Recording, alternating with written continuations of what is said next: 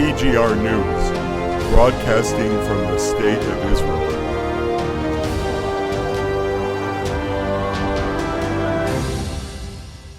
Welcome back to TGR News. Hello, hello. This week, Iran added Syria in the upcoming war against Israel, and Gaza fired over 100 rockets into Israel.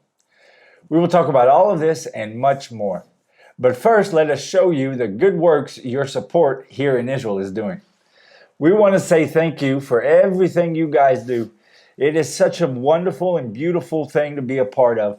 We've talked about it before. It's a wonderful way also to come to be able to witness to these wonderful people here, these precious Jewish people in the state of Israel. You know, when the time comes and they ask where this food and where this love and where this help is coming from, I always tell them where it comes from. It's from the group of believers from all around the world who believe that Israel is the apple of God's eye, and in a place to invest in our future in the Holy Kingdom, and to take in the promise of the Lord when he said he'd bless those that bless Israel and he'd curse those that curse Israel. So we're doing the blessing, and we love doing it, and we so much appreciate everything you guys are doing, because it gives us the window to be able to say these things to these wonderful people. And it's such a beautiful thing to be a part of. These people, we're growing all the time, and these people are so desperately needed. We have a list so long of people, of families that are in desperate need of help, and we're planning on getting to them. I've talked about it before. Our plans here is to end up getting a place where we can reach more people, as well as get much better prices, because we're buying in much higher bulk, and be able to give a lot more help.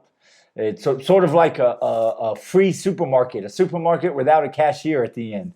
And we take the families that the social workers give us from these schools that they work at. So these families with these wonderful children who are just in bad situation. And they can come in and take their week's groceries, and we can just tell them every time, no charge.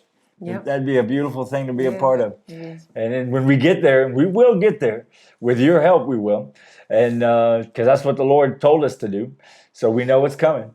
And so when we get there, it'll be a wonderful thing. Instead of seeing these short videos of us passing out, we'd be able to see maybe even live footage of people coming in and getting their food. Well, let's get started. Yeah, let's do it. Okay. On Saturday at 1 a.m., the Israeli Air Force carried out an airstrike on another storage facility for weapons of the Hezbollah.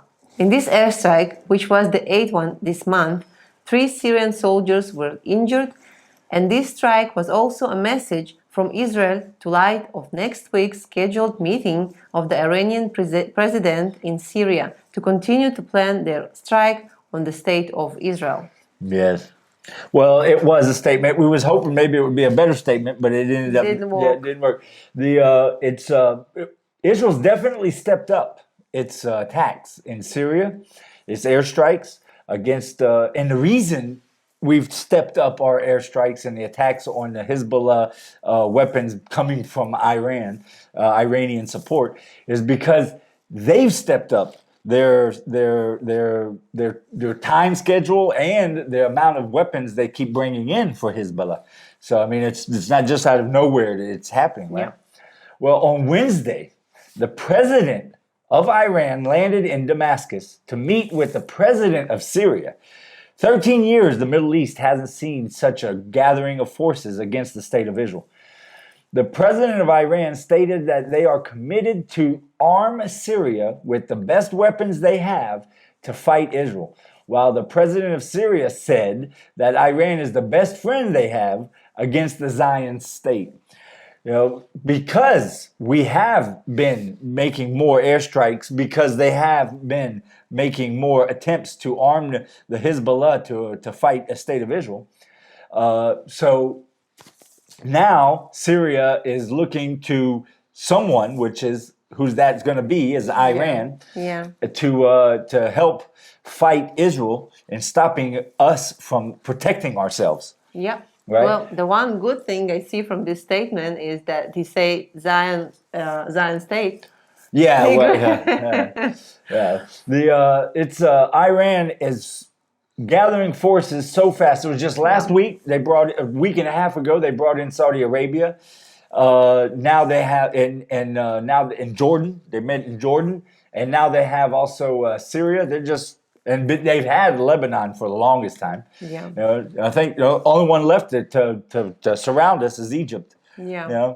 I don't think it'd be too hard to get them on board either. Soon as Egypt thinks for a second that this time could be the time that Israel would lose. Doesn't matter if it's the truth or not. If they just think that, then Iran would bring them in a heartbeat. Yeah. Well, we know that we've talked about it. We know war is coming. It's war is always coming in this part of the world, and every about decade or so, there's a big war. And it's one of the big ones, I'm sure. It just feels like it. We've talked about it before. And we also have an enemy from the inside. Right. Oh, we do. We always have the enemy from the inside, which is exactly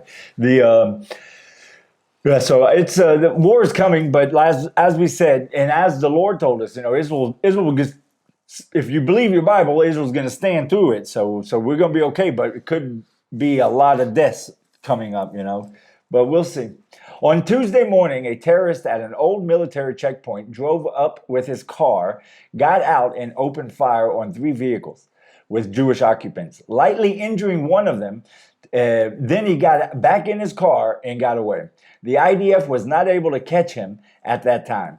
The Jews living in the area are upset, to say the least, and asking why the old checkpoint is not still being used to stop Arabs from free travel in that area, which is a problematic area, which they've always said it's going to be when I don't know when. Do you know when they took the post down? I don't know. No, I don't know. But this is the same thing why we need this judgmental reform again, because the court they appeal. Arabs families appeal that the checkpoint is bothering them or something going on. Yeah, it restricts their travel and freedom. And the court give them the right to remove it, and then IDF have to remove it. And then it's like, okay, their human right is important. What about our human rights? What about our right to live? To live. Yeah. Well, it's just like you said. It's just another proof that we need to hurry up and get this reform going through. Yeah. Which, by the way, we don't talk about it every week, but there's still hundreds of thousands of people protesting every week against the reform. You know, it's just ridiculous. Yeah. On Tuesday, shortly after 3 p.m., exactly when a school lets out the kids on the buses on their way home, Gaza fired over 20 rockets into Sderot and surrounding towns.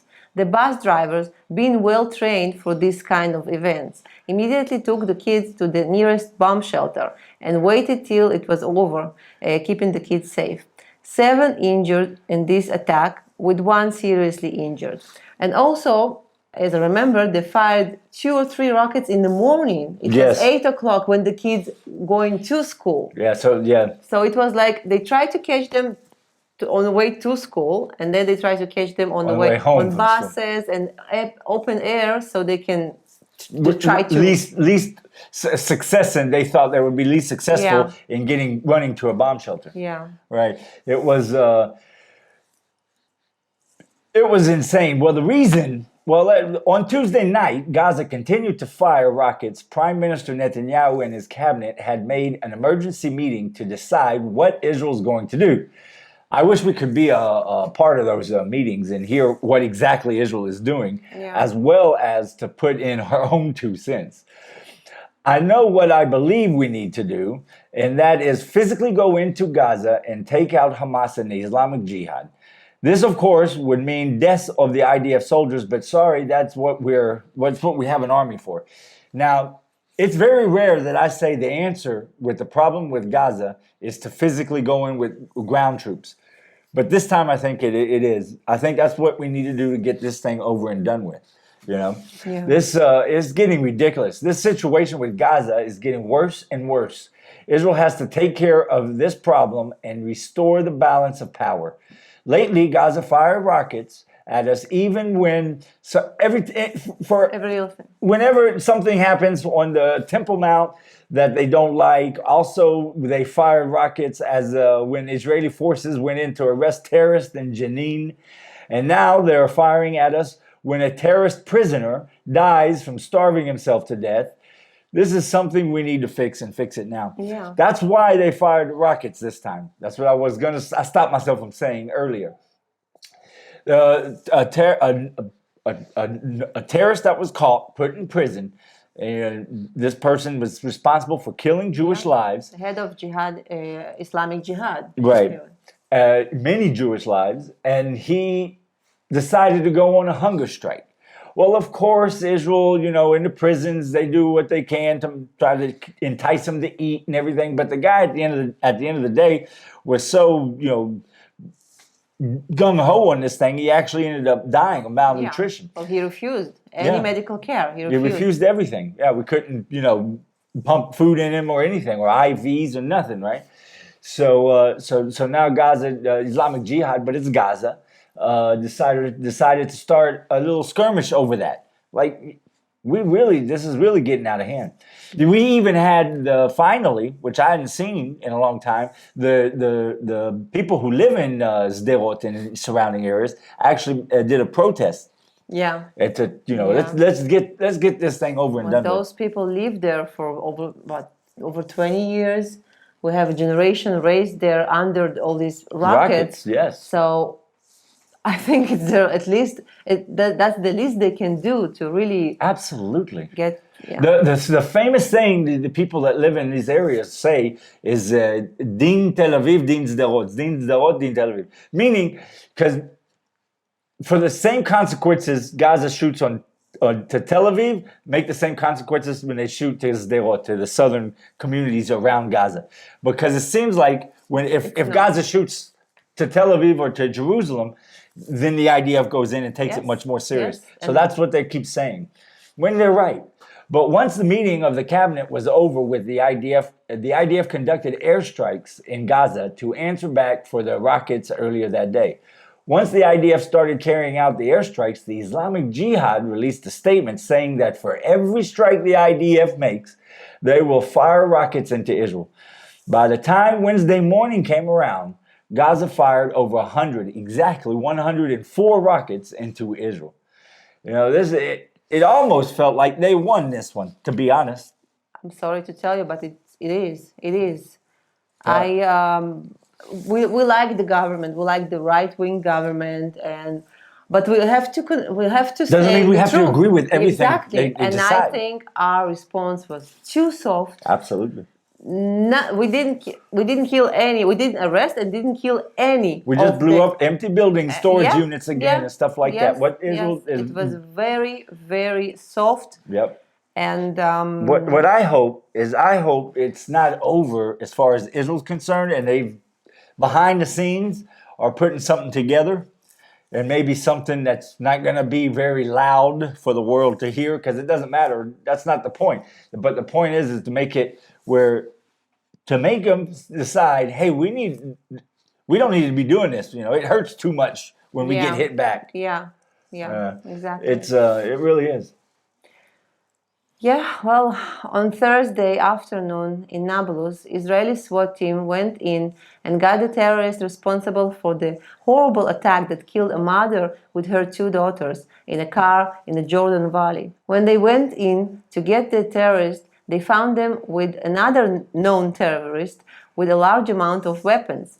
The SWAT team went in dressed as cleaning ladies, and unfortunately, the service dog, Django, his name, was killed in the mission. Yeah, poor dog. Yeah, that was, IDF said that first of all, the whole mission was very, very interesting because they combined forces with the Shabak and Yamam.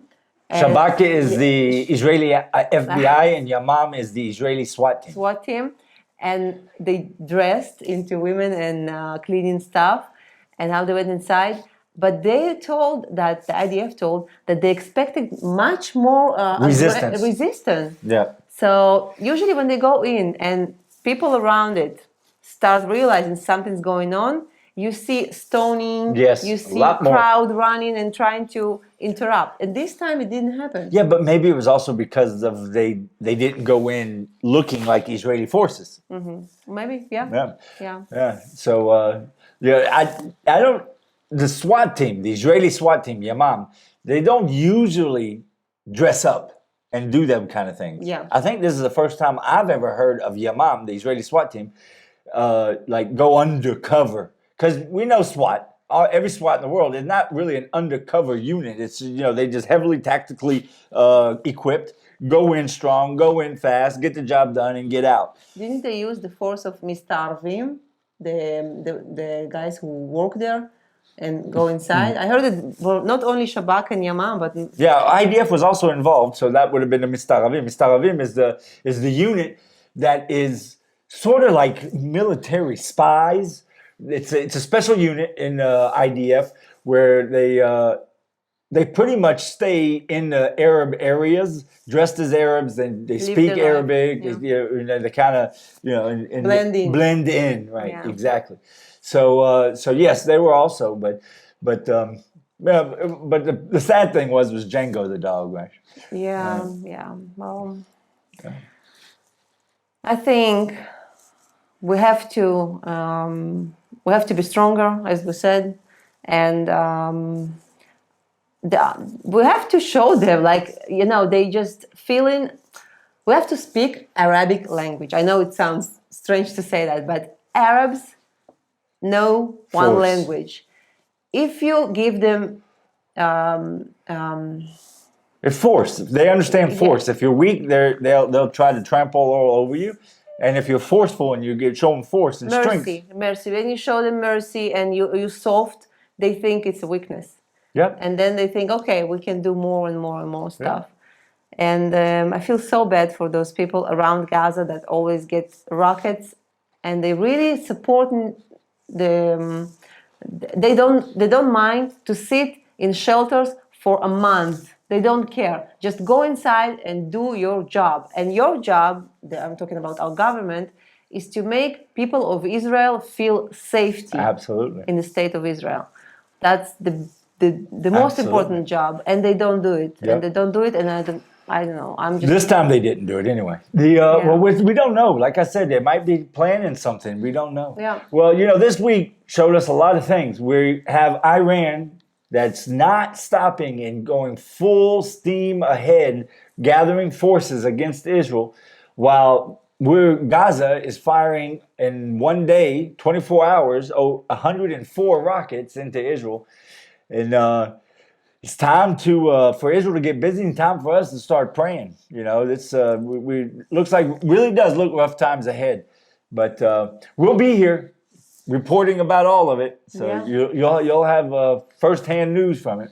Yeah. You got anything you want to add? No, thank you. You sure? Yeah.